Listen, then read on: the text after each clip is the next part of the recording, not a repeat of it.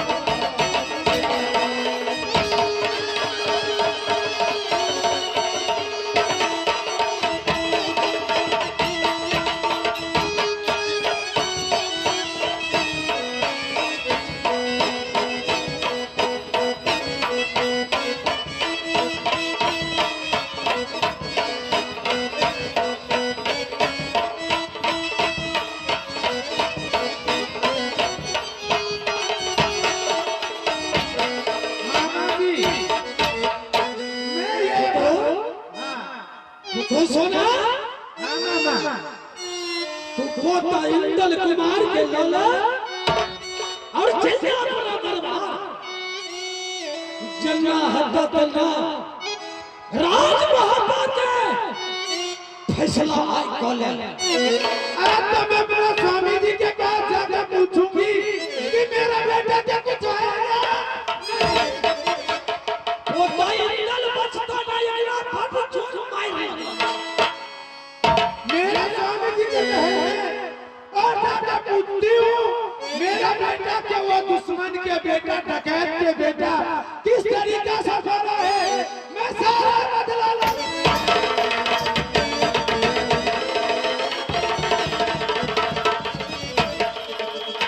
आज भगले मैं जाई के स्वामी ना जदा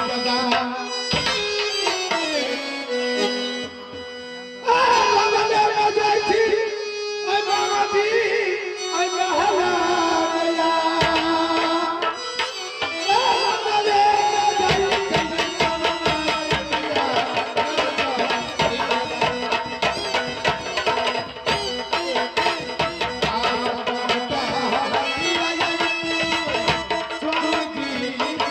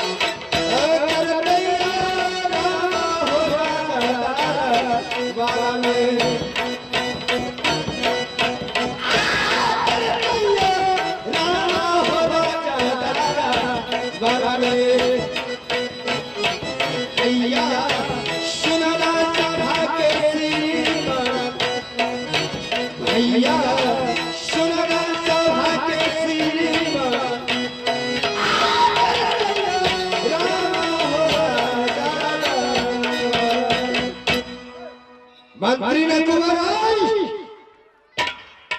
जी हुजूर, क्या कैसा समाचार है राज मोहब्बा को?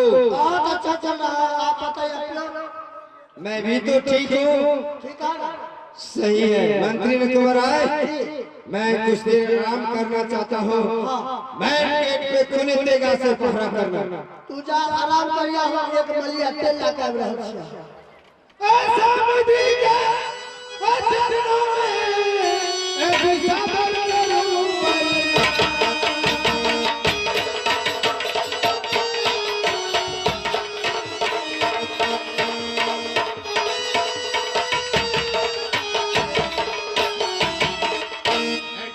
विधि के चरणों में ऐसा बरकरूं पड़ना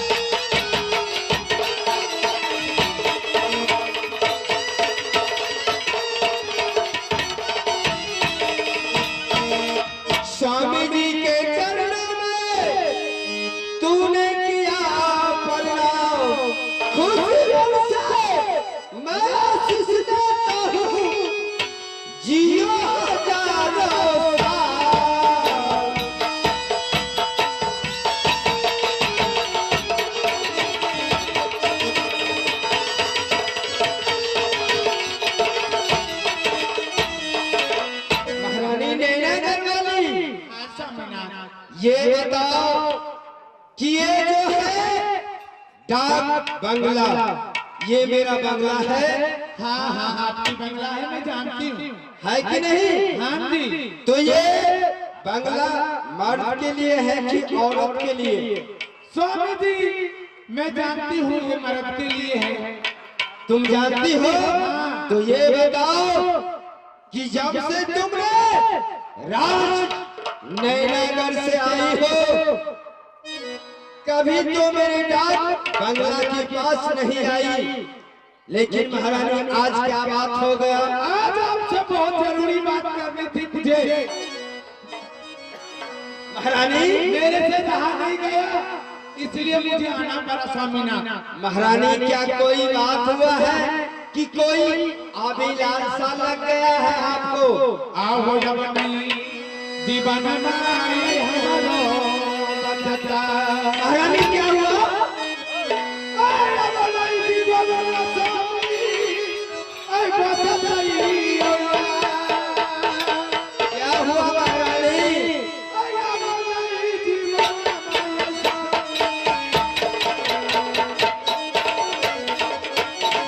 महारानी क्या हुआ?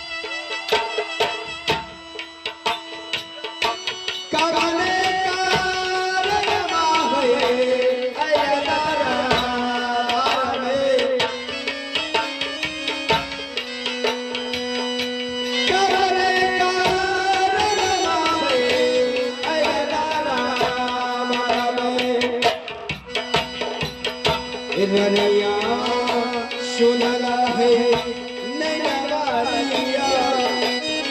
महारानी रनिया सुनला है